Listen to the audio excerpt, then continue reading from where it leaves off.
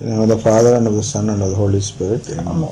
Yesterday we saw something about deposit of faith in the training for ecumenism, the second chapter, and you might have seen it in 4 parts. Now we are going to go from part 5. Before that, I'll give a small brush up or revision or recap of what we saw in this past 4 parts. Guarding the deposit of faith is the mission which the Lord entrusted to His church. Was the quotation given from the CCC letter written by Saint John Paul II when he was the Pope. He released this CCC. So from that quotation we were discussing details about deposit of faith. The faith in divine filiation or filial adoption. Deposit of faith is the faith in divine filiation or filial adoption, and this faith has been given to the church in the form of tradition, in an oral transfer of the message of the gospel. This message regarding divine filiation has been given to us in a traditional form other than a written form. So for this filial adoption, we saw that there is a need for a covenant, and then for this covenant, there is a need for an external sign of this covenant. Therefore, an act done with the help of the Eucharist. Therefore, this sign was done in a form of act, like consuming the Eucharist with faith. This Eucharist should be made of a material. This material should not be something made by man. So, a bread from heaven is needed. That is why that bread is transubstantiated into flesh of Christ. If this is not believed, then those people who do not believe it do not make that covenant. This belief only leads everybody to separation. So, many denominations. Next thing what we need for the plan of God for this divine filiation is the need for a representative of the one who makes the covenant with us. The one who makes the covenant with us is God. So we need some representative of God on this earth. Therefore, a need for a church arises there, and that is why God instituted this church. For this, the church should first of all believe in filial adoption. Next, she needs an authority from the person who adopts filial adoption. So, we saw that just now. The church, to act as a representative of God, needs an authority from God, because God is the one who adopts us filially. He is the one who gives us filial adoption. This authority only is named as the key. The authority given to the church is named as the key to the kingdom of God. This key was only given to Saint Peter. This key is being handed down to popes for the past 2000 years. At present, it is in the hands of Pope Francis, and also with Emeritus Pope Bishop Benedict XVI. That is why ecumenism should aim at bringing all the people who seek Jesus into this covenant which asks for filial adoption by Jesus. This is what we saw yesterday. So ecumenism is something which should aim at bringing people towards the Eucharist. It is not taking people from the Eucharist to them, to other denominations. It is something which has to, a movement that has to act or behave or work in such a way that it brings people towards the Eucharist or the church. Without that sort of unification, there is no ecumenism. Regarding this, we will see some quotations from from the documents of the Second Vatican Council, conciliar and post-conciliar documents. In that, I don't know whether there are other edition, but the edition which I have says that general edition by Austin Flannery Hoppe. So I am giving only the page numbers instead of giving the actual number of the para or on the document you are. I am just going straight away giving the numbers. So we are going to see a quotation from 408 now today. First quotation. In 408 we saw that it says like this: the Church wishes to set before all Catholics guidelines, helps and methods by which they too can respond to the grace of this divine call. This divine call for the separated brethren. Then we go to 409. 409 it is said like this: in his church, in his means Jesus. In Jesus' church he instituted the wonderful sacrament of the Eucharist, by which the unity of the church is both signified and brought about. See, the unity of the church should be brought about only by the sacrament of the Eucharist. This is what 409, a quotation from 409, chapter 1, para 2 of UR.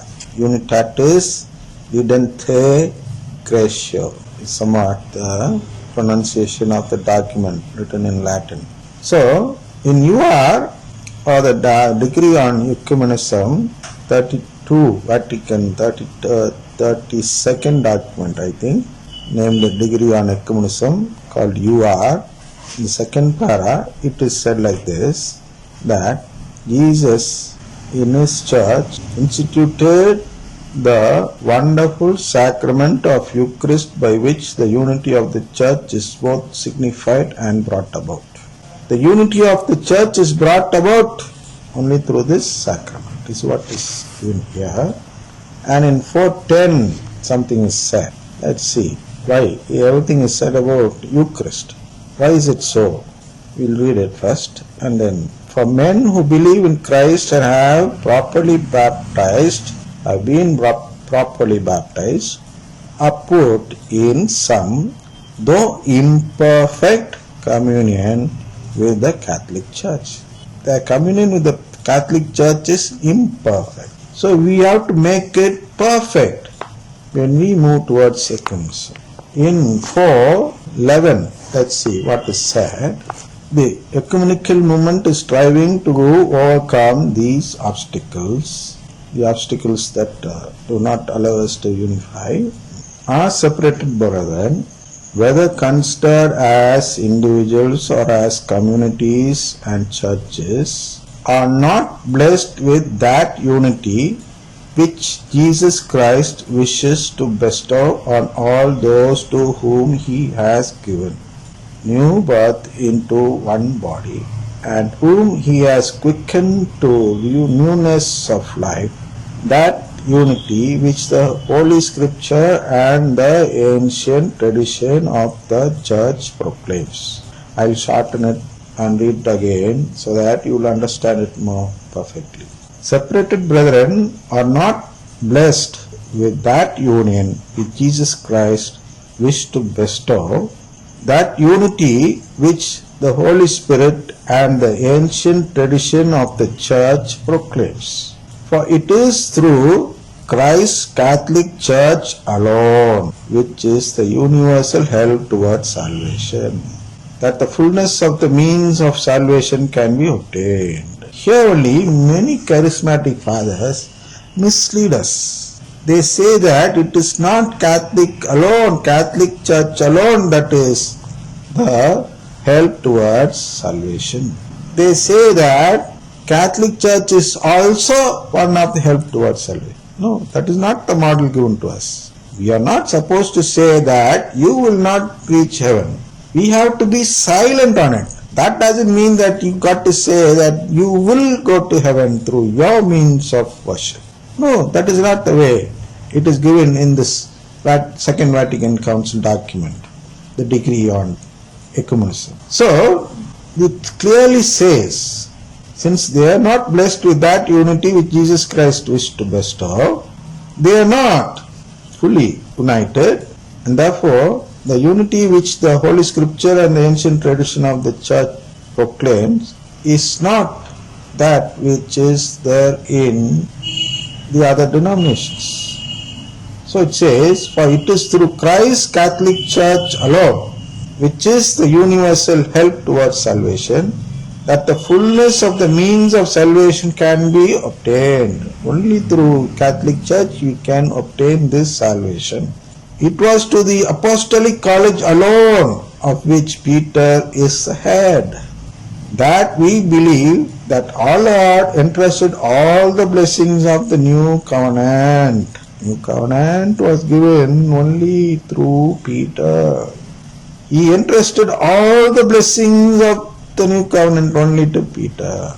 So no one can enter into God's family without this new covenant. He gave this new covenant in order to establish on earth the one body of Christ, into which all those should be fully incorporated who belong in any way to the people of God. People of God here means children of God, the family of God. If at all you want to become a member of the family of God, you should be incorporated fully into the one body of Christ, and that is the new covenant.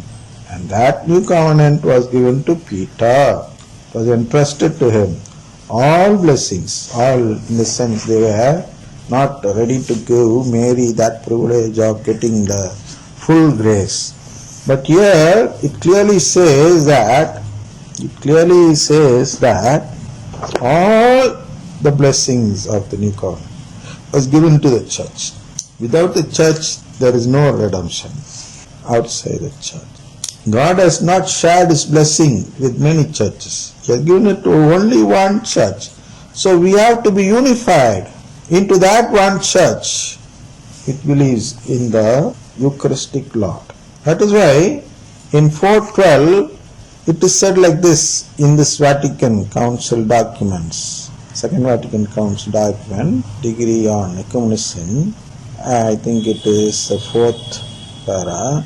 It is said like this: all Christians will be gathered in a common celebration of the Eucharist into the unity of the one and only Church which Christ bestowed on His Church from the beginning. See, this is what they contradict always. They keep contradicting, these charismatic fathers. They keep saying that we should not say that they will not get. And why are they saying like that? What do they benefit from it? Because they want to get their act justified through it. Justification. Justification is what?